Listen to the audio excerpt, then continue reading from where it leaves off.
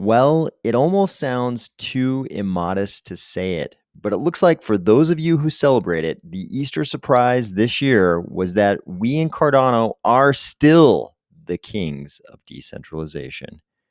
Ready? Let's go.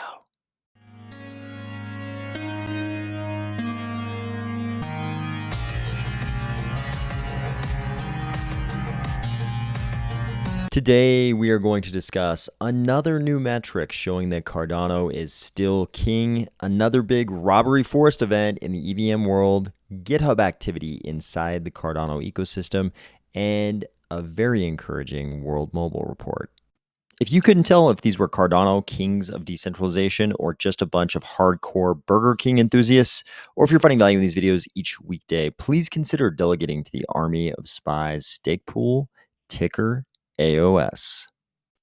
When I started my crypto journey about a decade ago, about 10 years ago, I never would have imagined that 10 years later, there would be gigantic, enormous blockchain ecosystems that would at least seem to have abandoned decentralization. And optimistically, we can say that maybe they abandoned decentralization in the name of scaling. We can come up with all kinds of excuses. But whatever the reason is, it seems like memes like this have become relevant unexpectedly here 10 years later. So if you're only listening to this and you can't see the image, this is the meme of the two astronauts looking at the planet Earth, and the one in front says, "Wait, the play is full decentralization," and the one in back says, "Always has been." And of course, I have labeled the astronaut in back Cardano, and the one in front is multiple other top 10 blockchain ecosystems. But while I'm amazed that this is even relevant in 2023, it seems like this really is the case. A lot of crypto in general has forgotten that the whole point all along was decentralization. And this came up on Friday when I posted this, because people made some posts and they pointed out something that I think is really important. The second a digital dollar or a UK digital pound, the thing people have been jokingly calling the Britcoin today, the second a digital dollar or a Britcoin or a digital yen or a digital euro hits the markets, all of a sudden these blockchain ecosystems that aren't decentralized, people are going to start asking the question, why would I ever use that crypto asset when I could just use this one that's a part of the normal traditional fiat systems? I'm a little bit afraid a lot of these big blockchain ecosystems are going to start looking like a pale imitation of the CBDCs. And sure, a lot of them will be way more decentralized than the central bank digital currencies, but I'm afraid it's going to be hard for a lot of mainstream people to see the value of a kind of decentralized blockchain ecosystem versus a CBDC. I think the only thing that's going to stand out is a fully decentralized ecosystem. I think full decentralization is going to be a big distinguishing factor, but kind of decentralized is probably not going to cut it.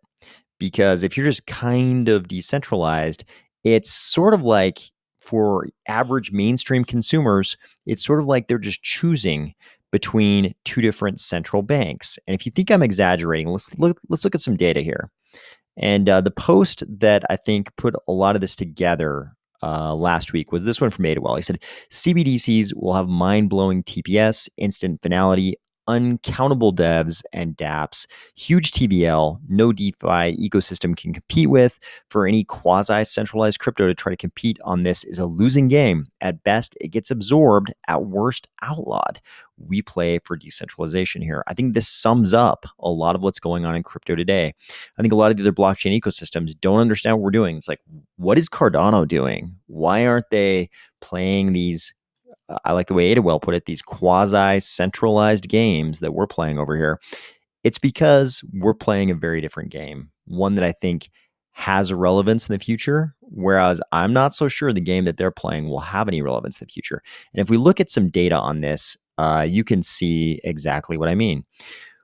So I went to Nansen on Friday and looked at what I assume is their most current, latest data on Ethereum 2.0.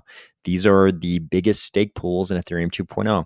And you can see, so this is the unknown. These are the unknown stake pools. So we can't count this one. But this one right here appears to be Lido. This one is Coinbase, and this one is Kraken.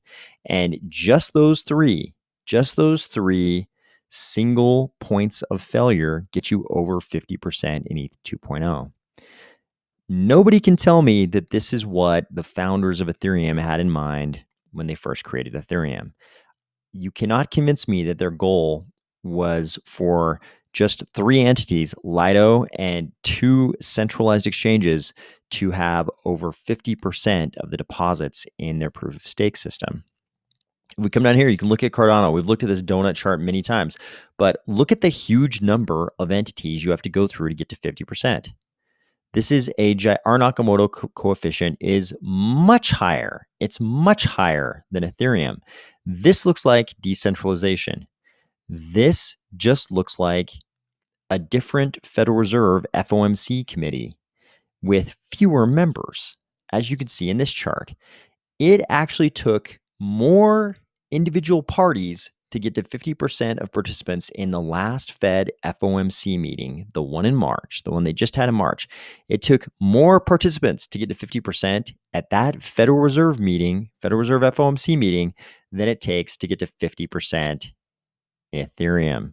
This is a very bad state of affairs. If the argument for crypto is decentralization, people are going to say the Federal Reserve is more decentralized than Ethereum. Fast forward to today, and we saw this post, whale concentration. And this is a chart that shows large wallets in each ecosystem and how much they own. So in Bitcoin, you've got one wallet that holds 1%. In Ethereum, you've got 6 wallets that hold 23%. So you compare that to something like a Tether, you've got 5 wallets that hold 12%, 6 wallets that hold 17%. And Ethereum has much larger concentration of ownership of the coin than even Tether or USDC. Come down here to Cardano, and it's much more decentralized. Many fewer coins are concentrated in whale wallets. We've got 2 whale wallets that hold 4%. That is quite different than 6 wallets holding 23%. Some other ecosystems. In Binance, 5 wallets hold 90%. Polygon, 12 wallets hold 69%. Dogecoin, 8 wallets hold almost half of all of the coins. Cardano is just much more decentralized than a lot of other top 10 blockchain ecosystems in a lot of different ways. Every time we look at any kind of decentralization metric, Cardano is always at the top. We're always the kings of decentralization. Soon, we're going to decentralize governance. We'll be even more decentralized once we get Voltaire governance in place. We've talked all about exactly what that might look like if we end up in a SIP 1694 style form of Voltaire governance. But Cardano has been aiming at decentralization for a long time. And I think these other blockchain ecosystems still don't understand why we're doing it. I think they don't understand what's coming. I think they haven't thought about the way people are going to compare them to CBDCs and how decentralization will be the big differentiator. And I hate to say it, this even applies to Bitcoin. In Bitcoin, you have a very small number of mining pools that control the vast majority of the hash rate. It's not too different from Ethereum in terms of the centralization in those few gigantic validators. And I know at this point, people always want to argue that Bitcoin mining pools are made up of a bunch of different miners, and even something like Lido delegates to a bunch of different stake pools. But those are still single points of failure. If you don't believe me, go to the Lido website. They used to describe this in their white paper. Now I believe it's a section of their website, but they have a section where they describe risk factors about themselves. They tell you all about the risks of using Lido. And in the aggregate, those risk factors amount to a pretty well-described single point of failure. While we're over here in Cardano just straight luxuriating as the kings of decentralization, what is the EVM world up to? Just more robbery forest shenanigans. This post says today Oxifu lost $3.3 million worth of Ether due to a prove related bug of the SushiSwap contract. And then they go through instructions on how you can not lose 3.3 million like Oxifu did. Of course, this isn't the biggest hack or exploit we've seen. This is actually a pretty small one. But think about this.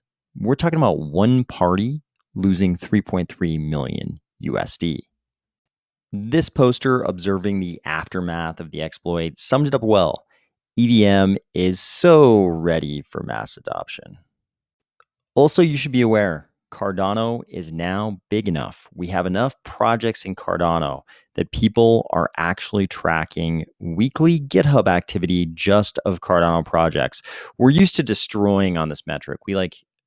For a long time, we're destroying all of our competitors. Cardano as a whole, sort of, the build out of Cardano by entities like IOG, that weekly development activity was destroying the activity of other blockchain ecosystems for a long time.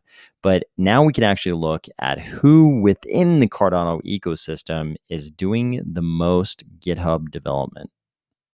Finally, check out this report about World Mobile. In the north of Zanzibar, World Mobile installed a couple of air nodes, 4 to be exact. The island will soon be covered as a whole. But that's not the crazy impressive part. This is total air nodes, 301. Unique users over 24 hours, 15,419. That's what I call a project. This is a real world project, doing something in the actual physical object world. And they've got over 15,000 people using their project over 24 hours. This is great. This is great progress from World Mobile. I know they've been doing great for a long time, but it's so encouraging to see stuff like this out of a Cardano project. I wish them nothing but ongoing luck. I hope you had a great holiday weekend if it was a holiday for you and that you're looking forward to a good week. Otherwise, I will talk to you tomorrow.